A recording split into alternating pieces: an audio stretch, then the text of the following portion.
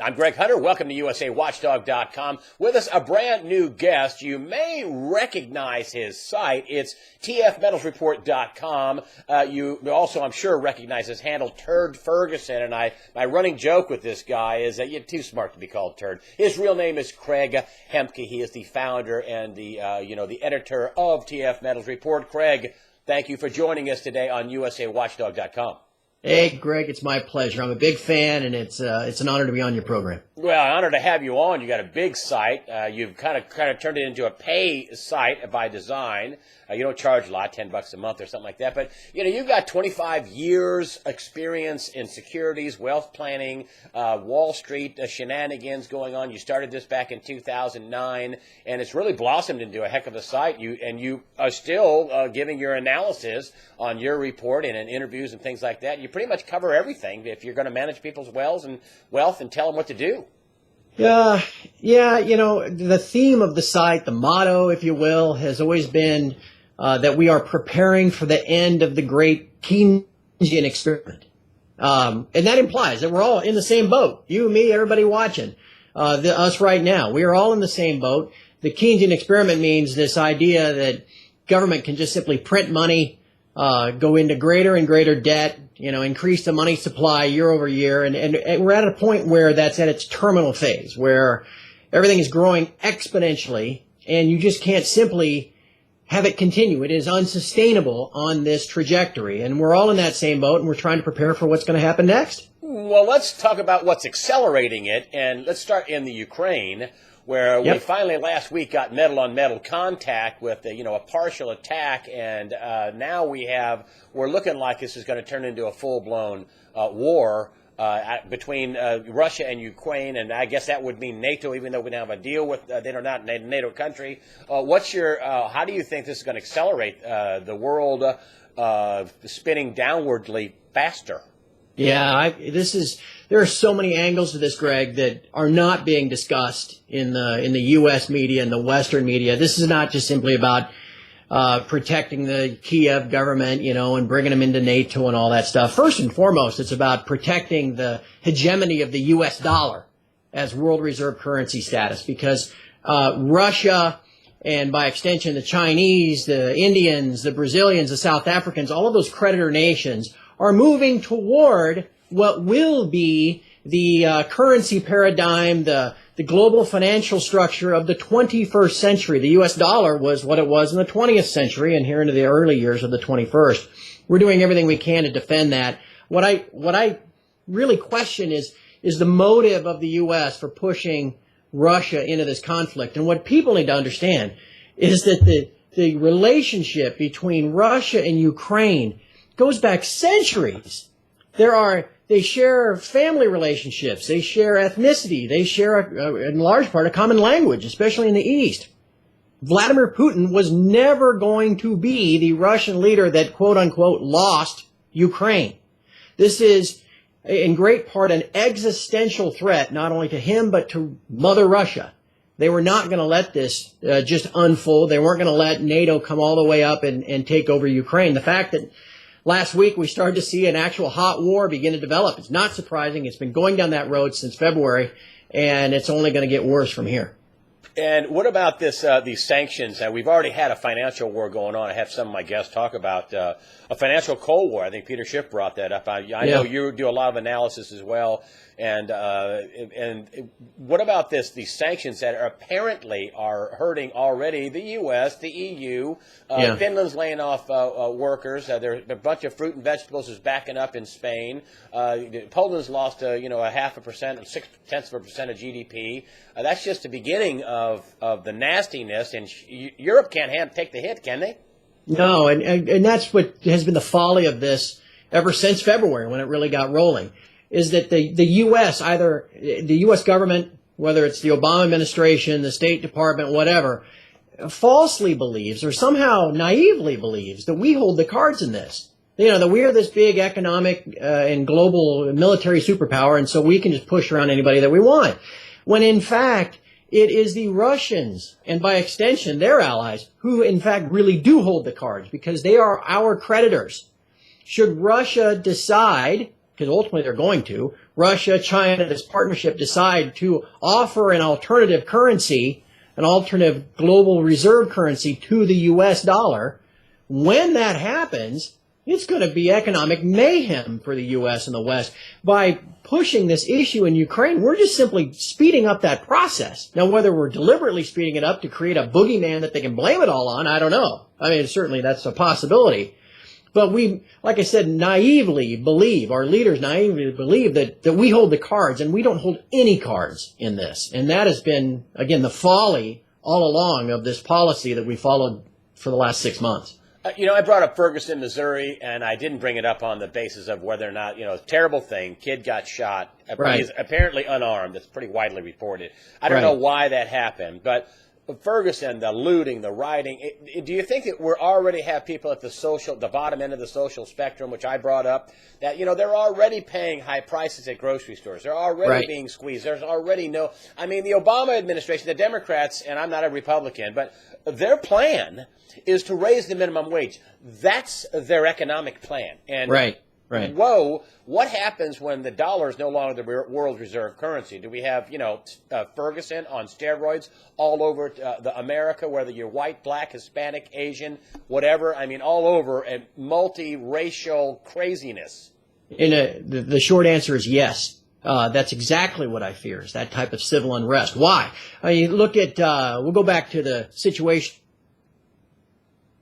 in New Orleans with Katrina years ago as an example. Psychologists have done plenty of studies that show, in the first 24 hours after some type of disaster, everybody gets along pretty well, and there's hope, and they'll be coming to help us and that kind of thing. And then after 48 hours, people, society starts to unravel a bit, and then after 3 days, and it's just full on anarchy. That, I fear, ultimately is the direction that we're headed. We've been able to control, if you will, inflation, mitigate it some. It's not 2% like the Bureau of Labor Statistics wants you to believe. It's really closer to about 10 in the essential items that are all dollar-based, whether it's milk, gasoline, bread, food, rent, college education, health care, all that stuff. It's not affecting those at the absolute top of the food chain. That kind of mysterious 1% that often gets talked about. Not only is it the lower income folks, the bottom 20%, it's the whole middle income, the whole middle class that is getting squeezed, that's trying to support their family, save for retirement, try to get their kids through college, all this kind of stuff on $50,000 a year, or whatever the median income has fallen to in the last couple of years. And they're just getting squeezed more and more as the U.S. finally loses its reserve currency status, which is an eventuality. All these extra dollars that have been printed, especially in the last 5 years, but over the last 40 years, will come washing back to our shores. I don't know if it'll be hyperinflation, but it will be significant inflation. It'll get to the point where people just simply can't feed their families anymore.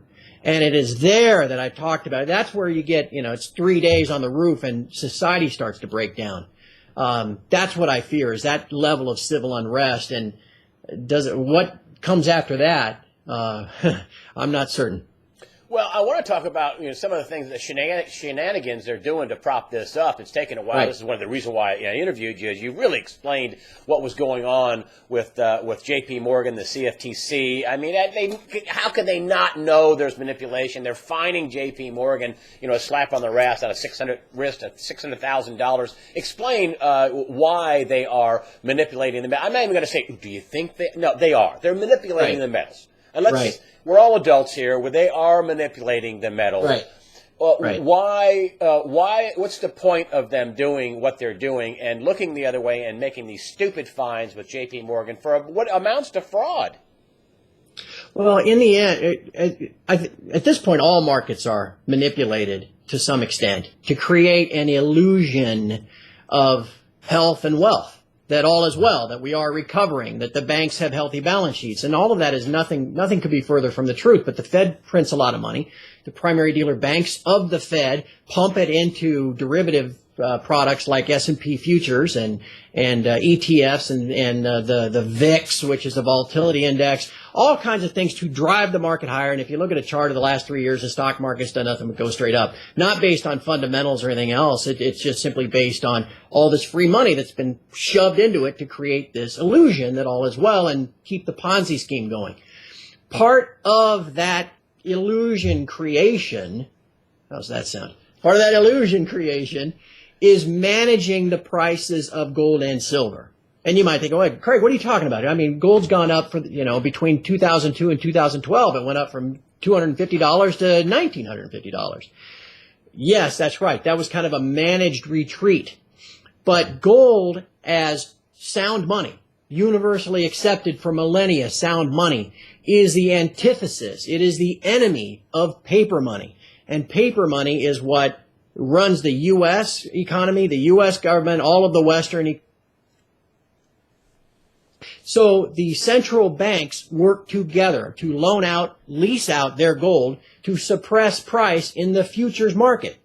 The history it's there for anybody that is willing to look. Gold manipulation is not a conspiracy theory like, we're looking for guys up on the grassy knoll someplace. No, it is historical fact for anyone that just simply wants to do their homework. So you mentioned people that think that it's a conspiracy theory. Well, those folks are either just naive or they're trying to pull a fast one and purposely misinform people. I think all the evidence is there. I mean, just the latest thing about JPMorgan. Talk about that. The $600,000 fine, which is to you and me maybe a lot of money. It would put me in bankruptcy. But JPMorgan's like, do I have any change? Right. Yeah. Right.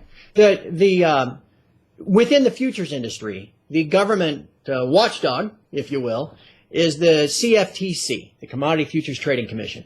This is a entirely co-opted and corrupt organization.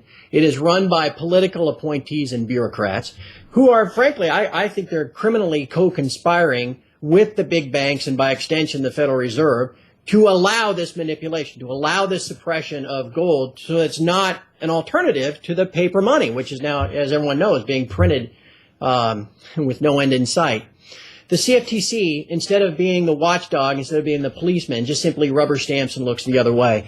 What you're referring to is a fine that the CFTC gave to JPMorgan about 2 weeks ago. It was a whopping $650,000. And what JPMorgan's crime was falsely providing inaccurate data to the CFTC for the reports that the CFTC generates on either a weekly or monthly basis. Other market participants rely on this information. It's the only information we get to show what's happening internally with some of the big players in the market and their positions. And JP Morgan was purposefully misleading folks by providing inaccurate information. This cost traders, investors, people that just own metal billions of dollars, frankly, because you can't even count how much money this might have cost. But instead, what does JP Morgan get? They get a slap on the wrist. CFTC even said that throughout the course of 2013, this happened, in their words, hundreds of times. This is simply just more evidence that the CFTC is, like I said, I consider them a criminal co-conspirator with the big banks, especially JP Morgan, in this ongoing manipulation scheme. It's not going to end anytime soon. It's going to end when finally there isn't enough physical metal left anywhere in the West to cover all of these paper contracts that have been issued. I wish it would happen tomorrow. It's not going to happen tomorrow, but it will happen eventually. And in the meantime, we just have to take advantage of the lower prices that are given to us by this suppression scheme and add to our own personal protection stacks. There are some new numbers out from the Mint that sales of gold eagles and silver eagles have fallen off pretty considerably. What do you think about that? Why do you think that's happening? Or do you think that's more fake information? I don't know. I don't know if it's fake information, but the Mint has such odd practices anyway. I mean, it's a government bureaucracy. So when there are huge levels of demand, rather than meeting that demand and getting the metal and bringing that metal into their Mint facilities and getting as much metal as they can to meet the demand. No, they'll instead put a quota out and a cap on what they can produce. So you're saying the sales have fallen off because their supplies are tight and they're not printing as many coins or minting? No. When they could have been selling 10 million a month, they say, well, supplies are tight and we can't supply 10 million. We can only do 5.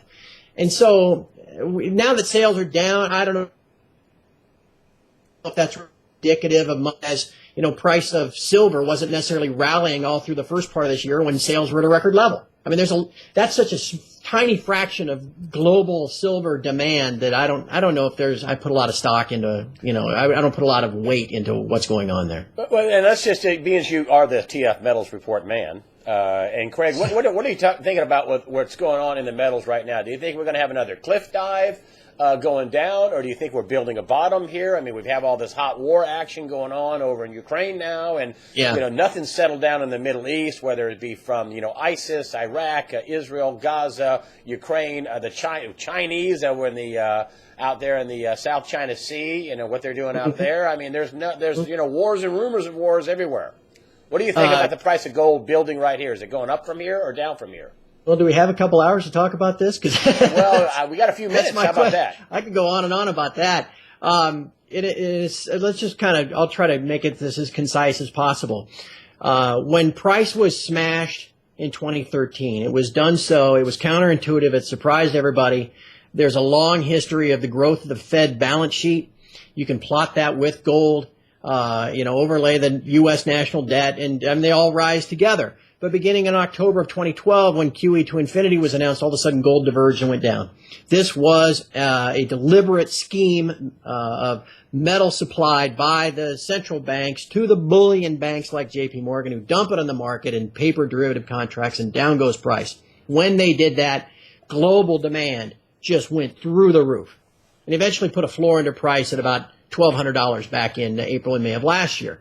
We then rallied and then came back, and at the end of last year, went back down. I'm the only person that I know of that was actively calling it a double bottom last December, not a move to new lows. There are still people that think we're going to go new lows now.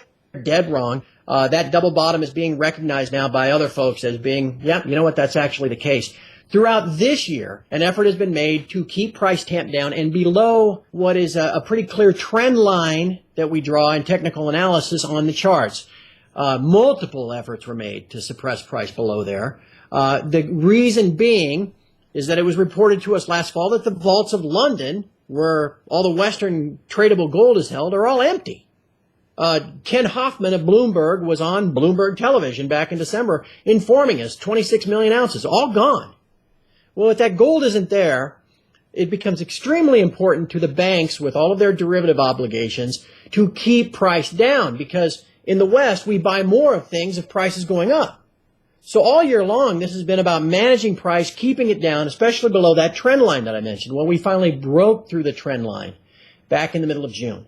And the banks have been adding fresh shorts. They've added about 400 metric tons of paper gold, naked shorts to the market in just the last 2 months, trying to keep price down, because again, since it has turned, it's going to start generating its own kind of virtuous cycle, its own bullish momentum.